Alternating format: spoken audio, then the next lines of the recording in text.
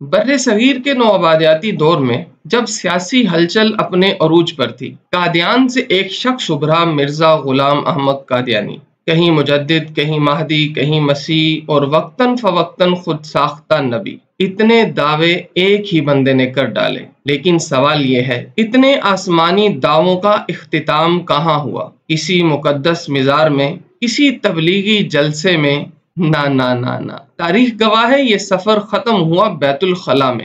26 مئی 1908 کو لاہور کے ایک مکان میں مرزا غلام محمد قادیانی کو شدید اسہال کی شکایت ہوئی، اور پھر وہیں جان آفرین کے سپرد کر بیٹھا۔ کچھ مانتے ہیں کہ یہ پیشگوئی پوری ہوئی، کچھ کہتے ہیں کھانے کا قصور تھا، لیکن ہم تو کہتے ہیں کہ شیطانی وحی کی ڈلیوری لیٹ ہو گئی۔ ہم کھوجتے ہیں ان خبروں، حوالوں اور تاریخی سچائیوں کو، تاکہ پتہ چل سکے کیا آخری وحی دراصل پیٹ کی خرابی تھی۔ تاریخ رازوں سے بھری پڑی ہے، مگر یہ والا راز واقعی بہت زیادہ بدبودار ہے۔